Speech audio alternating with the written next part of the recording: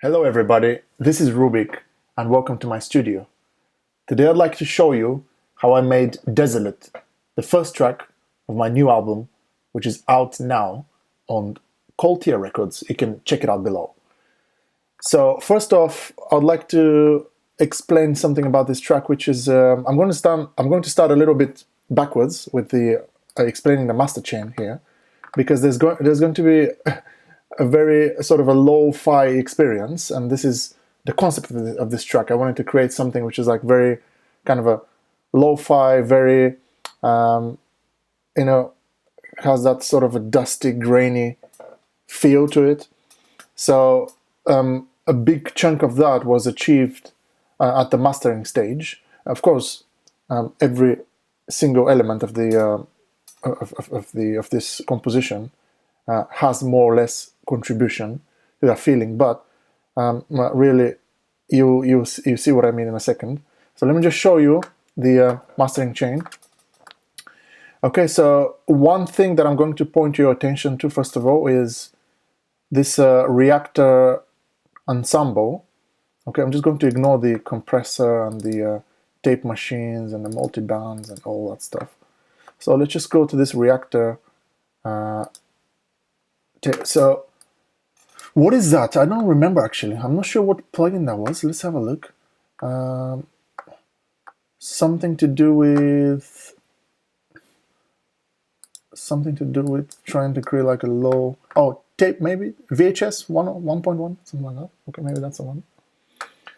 So yeah, that will just wrap everything around this kind of a lo-fi feeling, and then it has lots of like noise which can be annoying, at least sometimes, and I've automated it, but it's still kind of in the background. But again, as I said, that was my idea, that was the concept behind this track. And honestly, the reason why this track is so special and why I'm deciding to share with you is because this is one of those tracks which happened just in a day, like very fast. Like, I don't know, I think I was talking to my friend about sound systems and all that, and then I felt like really inspired that day, and I was like, oh, I just want to make something, and just this track happened like really quickly. Of course, there has been some post-production work, so it didn't take me like one day exactly, but the meat of the track was made in a day, let's put it that way, and some detailing work afterwards, but that's nothing really. So back to this plugin on the master chain. This is what it does. Well, let me just check I'm recording because I had a problem last time. Okay, I think I am. Okay, so right, let's go to, let me just actually enable here, because I've done something to the automation, which is stop the crackle and the noise. Let's have a quick listen. Okay, so right here, it starts right here. I mean, it should be throughout the track, but there's also loads of automation on that machine. So you can hear the hum. Okay. And there's some automation for crackle and a different kind of hum, because you have a few different knobs here. Okay. So yeah, this is what it does. I'm just going to disable it for now, because it's not important, and I would like to show you talk you through the separate chain, so that's kind of getting away, so I'm just going to disable it for now, right there. Okay, another thing on my master chain is the glue compressor, just doing a little bit of tightening.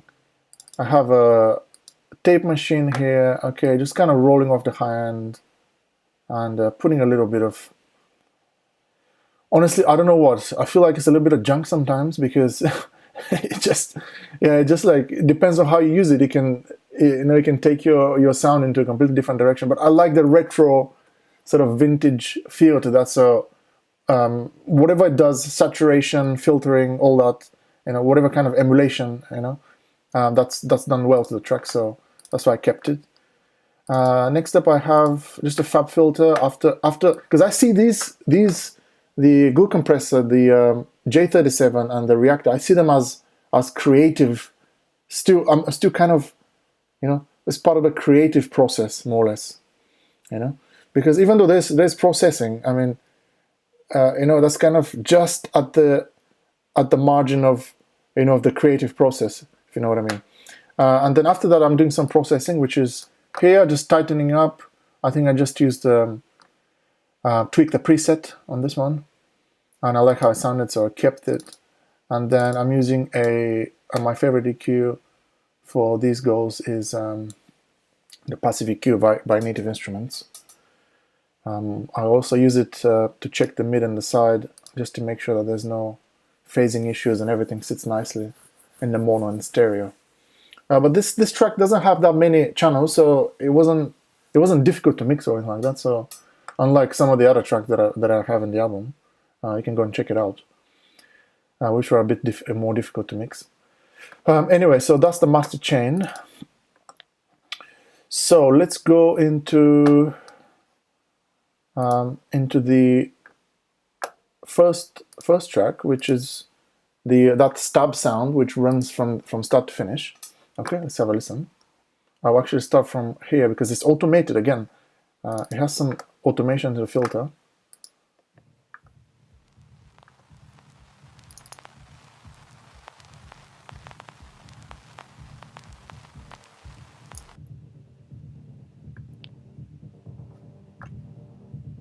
I'll just go a little forward for you. Let's say right here.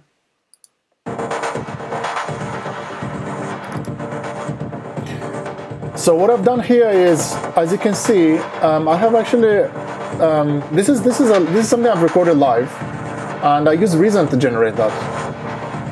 I don't have much hardware, so I'm like, okay, I want to create that sort of a live hardware feel. How do I do that? How do I create something that's like as close to hardware as possible? So I know we can argue about is Reason as close to hardware. It doesn't matter.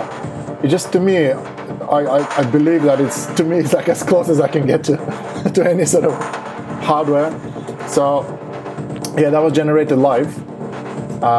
In Reason, I just recorded like a big sort of a chunk, which is like, I don't know, 5 minutes or I don't know. And I tried to put some feeling and sensation and like feeling into this into the creative process as I was doing it. I was kind of imagining how it would go if there was like a kick drum, because I had no kick drum in the back. I just recorded that as like a clean take. Okay.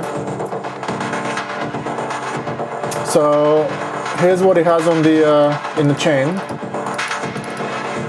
Okay, I'll just stop that. I have just like a leveling EQ here. There's like a slow opto compressor here. You can see that one. I love that. This is really nice. Okay, I have a bit of Fab Filter Saturn to kind of nicely control the peaks. Okay, because the no saturation will control your peaks, which is pretty cool for loudness control without compressing it, without ruining the actual sort of dynamics of the sound. Because I like the way the sound sounds. I didn't want to like squeeze it into a sausage or anything like that. So it's a pretty dynamic sound. Plus, it has like delay and has reverbs inside in this already, which came from Reason. So I haven't changed that at all. And so yeah, I just put a saturation to control peaks, and then just gently kind of equalize the lows and the highs, as you can see here. I've done a bit of a boost, I believe it is. Actually, a little bit of a cut in the low. See, -8. So I've done that. Okay, next up we have really simple, just filter and some EQ. Sometimes my EQs will just like, I'll get like, I don't know, 10 EQs, and there will be like a reason for each one of them. Really, sometimes I'll put an EQ because, I'm just doing like I'm EQing like a little hole in that instrument to fit another one. For example, like a clap or the kick, the click of the kick or anything like that. So I can have as many EQs as you want. It doesn't really matter, in these days you can change sounds dramatically with EQ, so that's no problem. So that's the main sound. It just runs from start to finish. There's a bit of automation here, and then I have let me see what that is. I have automation on the on one of the EQs. Let me see what it does. Okay, right. I think it rolls off the. What does it do actually? Okay, yes, just a bit of a high pass filter on here, because we have a little bit of a breakdown. It's not really a breakdown, but somewhere where the rhythm, the beat gets disrupted, and I'll show you how I've done this. It gets disrupted, it becomes a little chaotic, and then goes back into its fall to the floor feel. Okay, so let's check out this moment.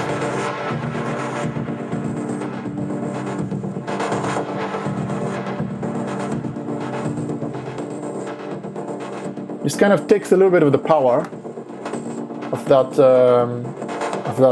main synth sound. Okay, this is what it sounds in context. Kind of thins it out a little bit, allows space for other elements to kick in.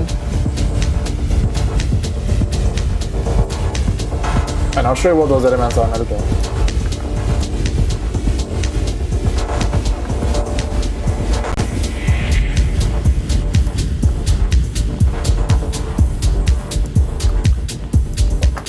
Okay, I think that's enough about this track. It does change melody a little bit at the end here. Let me show you. I think it's right here.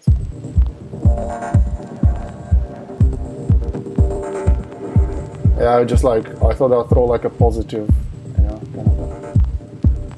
a tone to it. So that's the last thing I played. Yeah, so basically this was recorded all live, and that's the first channel. This track. Okay, second is the kick and sub. Now kick and sub are together. This is a loop which so the thing is, I have this, I've been building this library of my own sort of sounds, and sometimes I would combine sounds. If there's a sound I like, I will sample it. I don't feel bad about it, because honestly you can sample anything from anywhere as long as you are aware of what you're doing. I don't mind people if they wanted to sample my songs. Go ahead, sample. If you like the kick, sample. If you like the sub, sample. If you like whatever, it doesn't matter. I mean, we grow together. Like it's not a bad thing to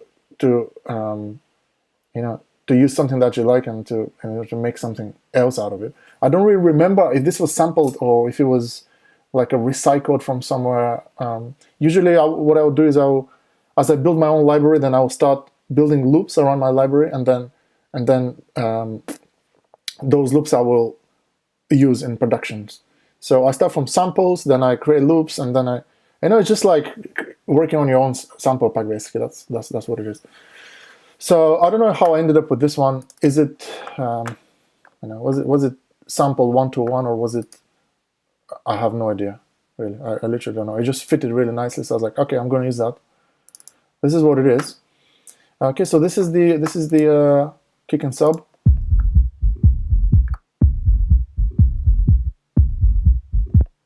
Okay, so yes, go ahead, sample it, no problem. I don't mind.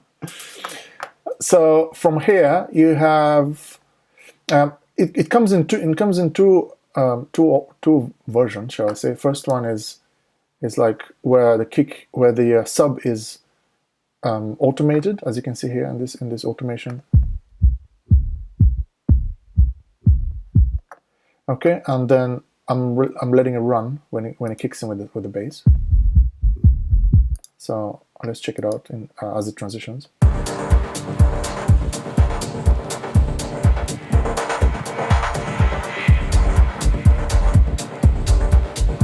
Okay, and then after that, I think I have a bit of a creative element here, and this so-called breakdown.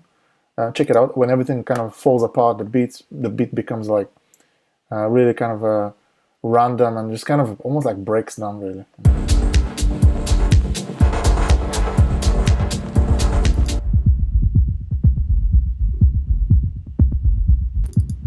Just delay, kind of.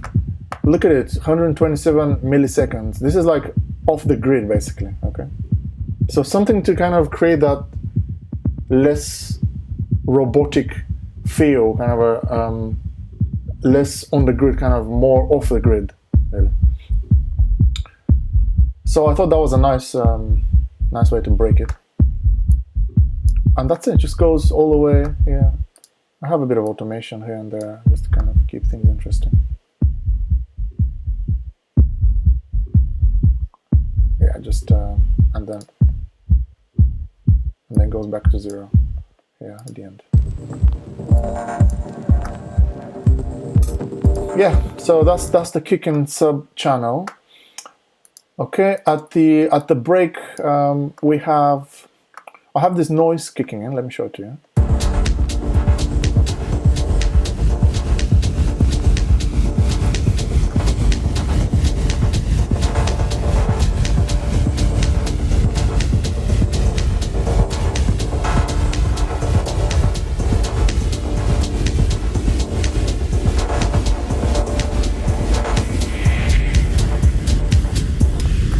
So that noise was made last, in fact.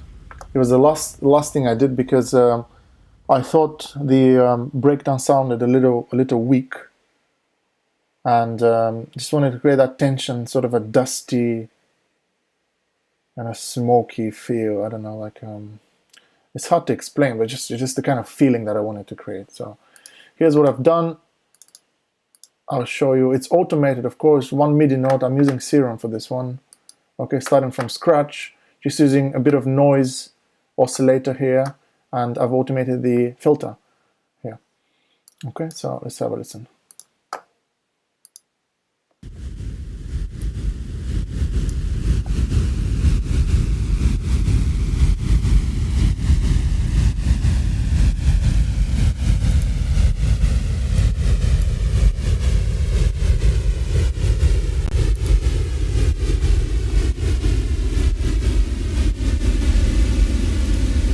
Okay, so what gives movement is the LFO tool. Everything else is just to kind of make the sound interesting. But the LFO tool, without that, check that. It's just noise.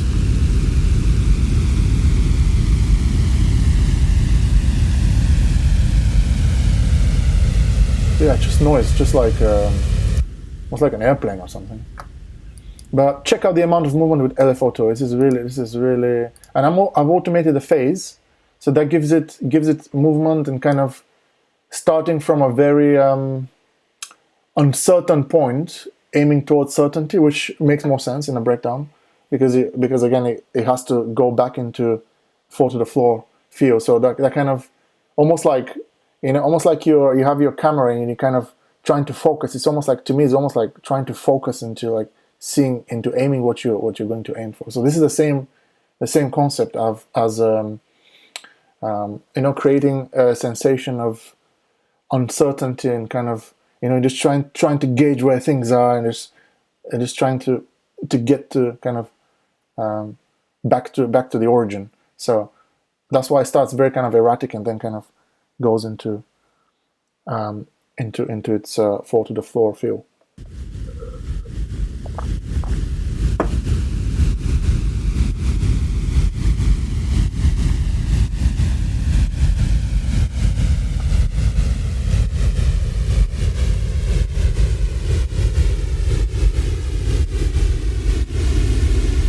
Okay, let me enable the automation. You might get some noise, some hum from the master plugin, but that's fine. Let's have a listen.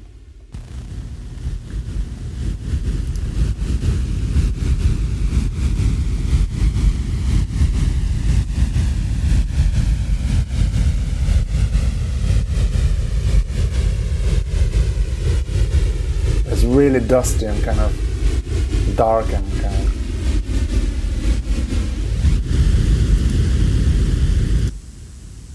Okay. Right, next one, hi-hat loop. So let me just cut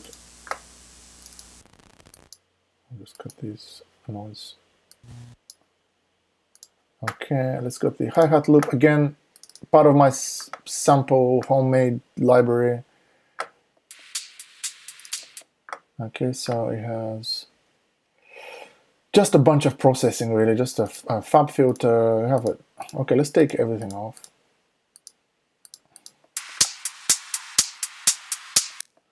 Okay.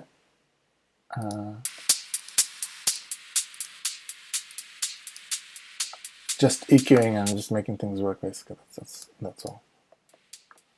Yeah, a bit of automation, however you want to make it fit. Second loop. Nothing special, just EQ. Okay, just mainly like acoustic loops these are. Okay, open hi-hat. Really simple.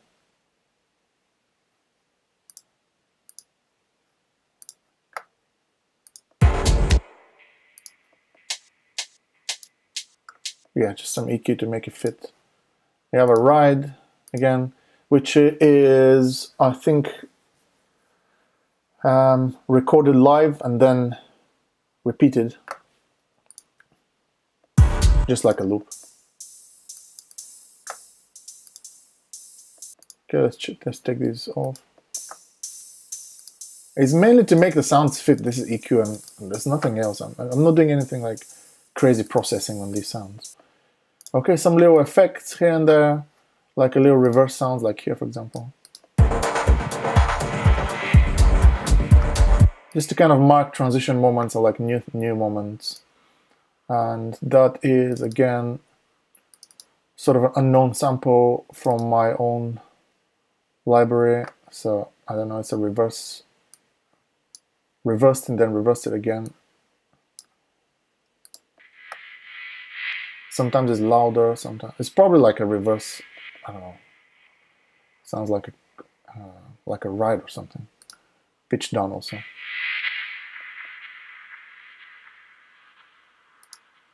Okay, and then here we have.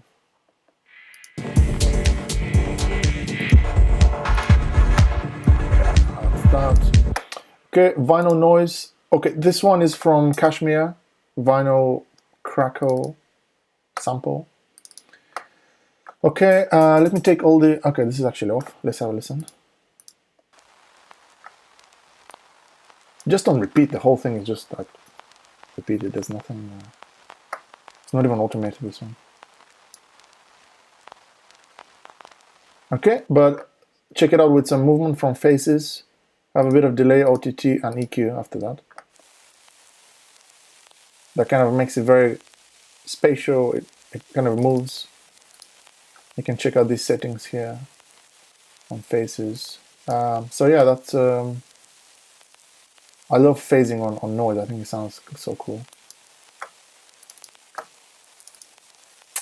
Slap plate is one of my custom reverbs that I've made for my productions, and I use it all the time. I tweak it quite a lot, but it's the starting point. It's good to have a starting point in your productions, so that even though you're going to go with different variations, you know, it's kind of has the same sort of seed, if you know what I mean. So if you have it's very easy to do that in Ableton. You just right click and just go save as default preset. So if you have your default presets on most things, your music will start sounding like your music, you know, because chances are you're going to tweak parameters of each plugin, but as you do that, your starting point is the same. So you know, there's chances that it's not going to vary too much, which again, making your music sound the same means that it doesn't vary too much. Okay, so that's one way to keep things consistent, by having your own custom default presets. Okay, so that's with the noise. And then I have a little clap here, again, which is just MIDI. It might be from the same loop actually. I just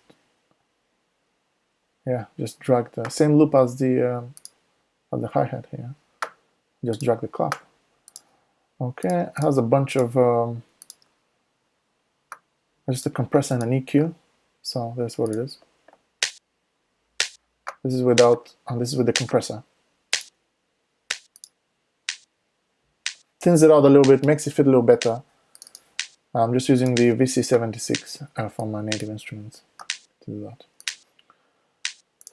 Okay, that's pretty much it. I hope you enjoyed this. I hope you learned something.